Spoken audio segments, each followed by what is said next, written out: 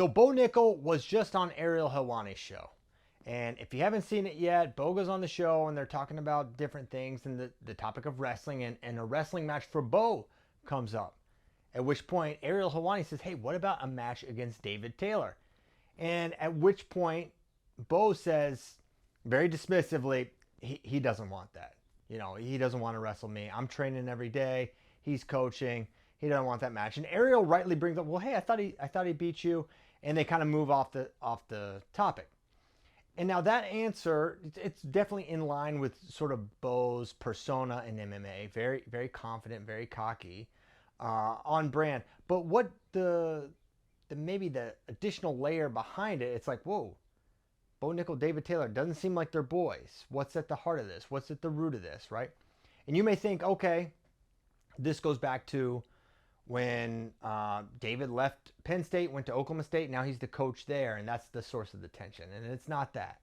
And you may think it's because David beat him in the Olympic trials finals. It's not even related to that. This beef, this heat, this fractured in relationship that was once strong and is now no longer strong goes back to 2019. Now, before I talk about 2019 Beat the Streets, which is the start of why there's this David Taylor, Bo Nickal friction, you actually got to go back to 2018.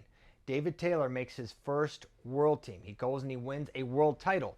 If you are a world champion within USA Wrestling, you get the advantage of sitting out the next year all the way to Final X. So David Taylor, by winning the world championships, he automatically is in Final X. This is a big advantage at 86 kilograms.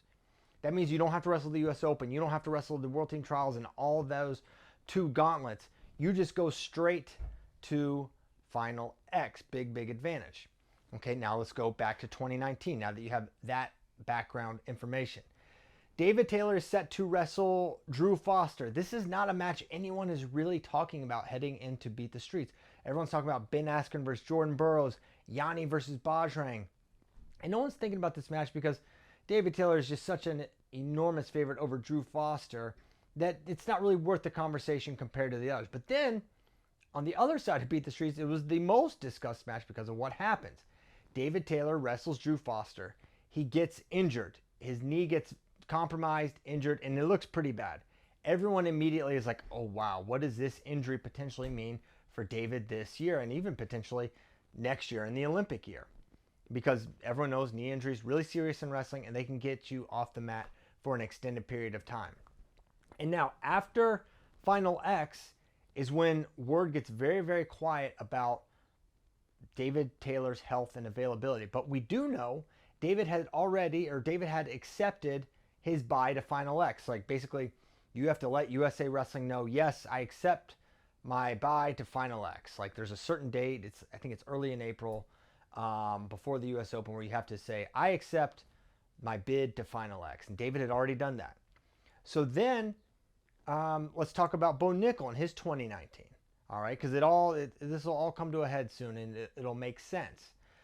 Bo just finished his NCAA career, a three-time NCAA champion. He just won the Hodge Trophy. Okay, and now he's set to start his freestyle career, and it's has a lot of promise.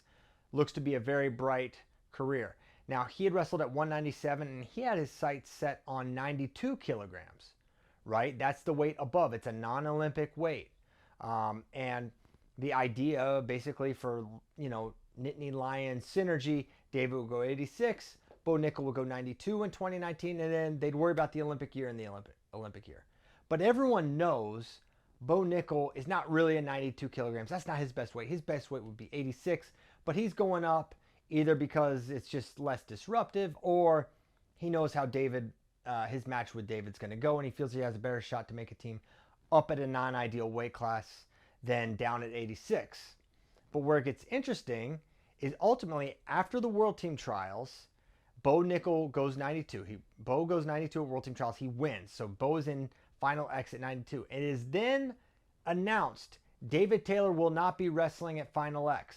He's done. He had to get surgery to repair his knee. He's preparing for the upcoming Olympic year next year. So, which means that the winner of the World Team Trials at 86 kilograms is basically on the team. That is the person who's going to ultimately represent Team USA. That person was Pat Downey. Okay? Now, Pat Downey was someone who Bo Nickal had wrestled a year ago, and Bo Nickal won by tech. He beat him really soundly. Bo Nickal would be a big favorite to make the team at 86 kilograms, but he went 92. He made it to Jaden Cox. He lost in 2 straight matches. So, this is the friction. When David said, hey, I'm not wrestling at Final X, that's a point where Bo was like, well, hey, man, and this is an invented conversation. A conversation didn't really happen. I wish you gave me the heads up. Like, I would have went down to 86. That's my better weight. I would have went down there if I had known you weren't going to wrestle. At which point in this fake conversation, David Taylor would say, yeah, that's actually the point why I didn't tell you. Because I think you probably would have made the team. And then ultimately, I know you're pretty good, and you're probably going to go and win a medal at the World Championships. And if you do that, Bo Nickal, then you have a bye to the Olympic trials finals. I don't want you to have that. And everyone knows in 2019, there's a collision coming between Bo and David Taylor. We just don't know exactly when or how, but it's going to come to a head at some point, right? And I think David saw that, and he knew what Bo Nickal was. He knew Bo was very good. And this goes back to 2018 again. David brought Bo Nickal as his training partner, which is something that Bo was very appreciative of. That was a great experience. It really is a cool opportunity to get to go as the training partner for the world team rep. And Bo got that opportunity. And so David not telling Bo had Bo, feeling like, hey man, if I had the heads up, I could have made the team. And I already kind of said why David would maybe not want to do that. As it played out, Pat Downey made the team and didn't medal, which is kind of like, I don't know that David would admit it, but that was kind of the point, right? I want someone that's not that great to go, and that way in the Olympic year, in the Olympic trials, it's all even. Now, this is where it gets a little interesting in the, where you fall on this, how this was handled, right? Because there's the teammate dynamic where you say, hey, we're Nittany Lion, we're Penn State, we're supposed to stick together. But then there's the real world where we actually live, where there's not actually teams in international wrestling. There's places you train and you get a matching singlet, but for all intents and purposes, there's not a team. And you're only going for one thing. It's an individual sport where you want to be the Team USA rep, you want to be the world champion, you want to be the Olympic champion. And there can only be one, right? So the teammate stuff kind of goes out the window. You look at the 2024 Olympic trials was a lot of Penn State versus Penn State. You're not on the same team there. It's you versus someone you're familiar with, you've trained against, but the team thing kind of goes out the window at that point, right? And that's something that has to be considered, right? So that's kind of the different schools of thought. And ultimately, it doesn't matter, if you train in the same place because there's only one rep. There's only one person. And David Taylor had that realization. Now, David Taylor making that choice probably fundamentally changed his relationship with Bo Nickal from that point on, right? That's an understandable thing. And Bo's like, well, all right, we're not really boys anymore. We're not going to be cool like we were in the past. And that's something that factors in to that decision. But ultimately, when the goal is making the Olympic team, when your goal since you're a child is to be an Olympic champion, you're going to take the steps that put you in the position to do that thing within the rules. And David said, hey, I'm not going to give you a heads up. I'm not going to give Bo Nickal an advantage that's going to help him keep me off the Olympic team. He just chose not to do that.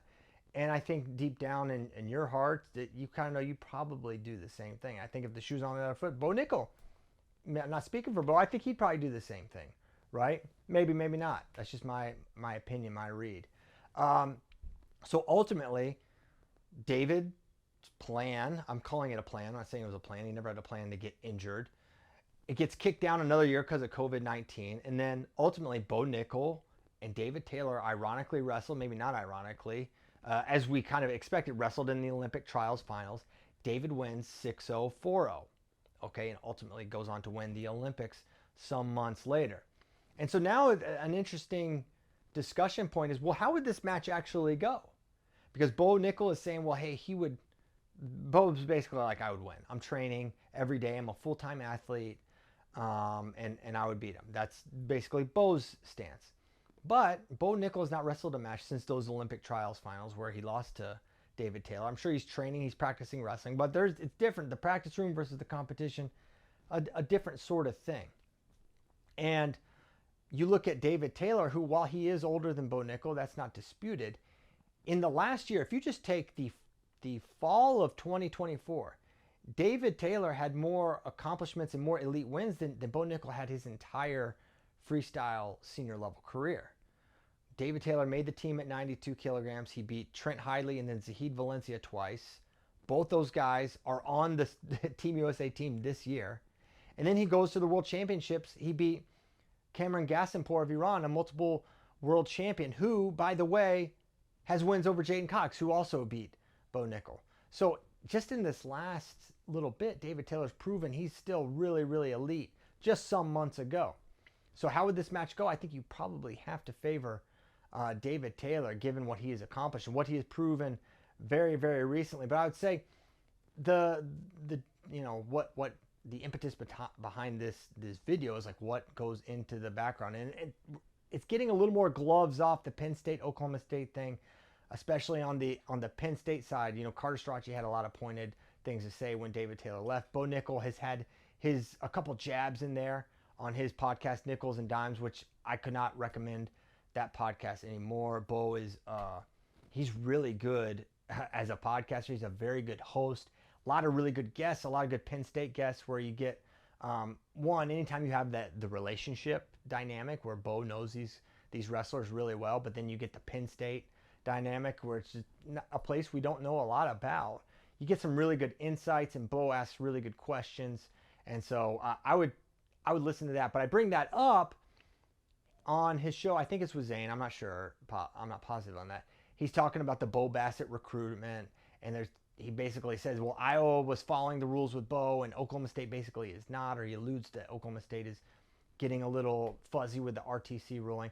It's interesting. It's an interesting dynamic. It's something we haven't really seen in college wrestling, the media barbs going back and forth. And right now it's not coming from Oklahoma State, but it would stand to reason that day is coming as well. So interesting stuff. I thought you might be interested to know that this Bo Nickal, David Taylor feud, beef, whatever you want to call it. Maybe that's sensationalizing. I'm not trying to do that. Both good guys, in my opinion. This doesn't go back. This isn't recent. This is something that goes back now over 6 years. Pretty interesting story.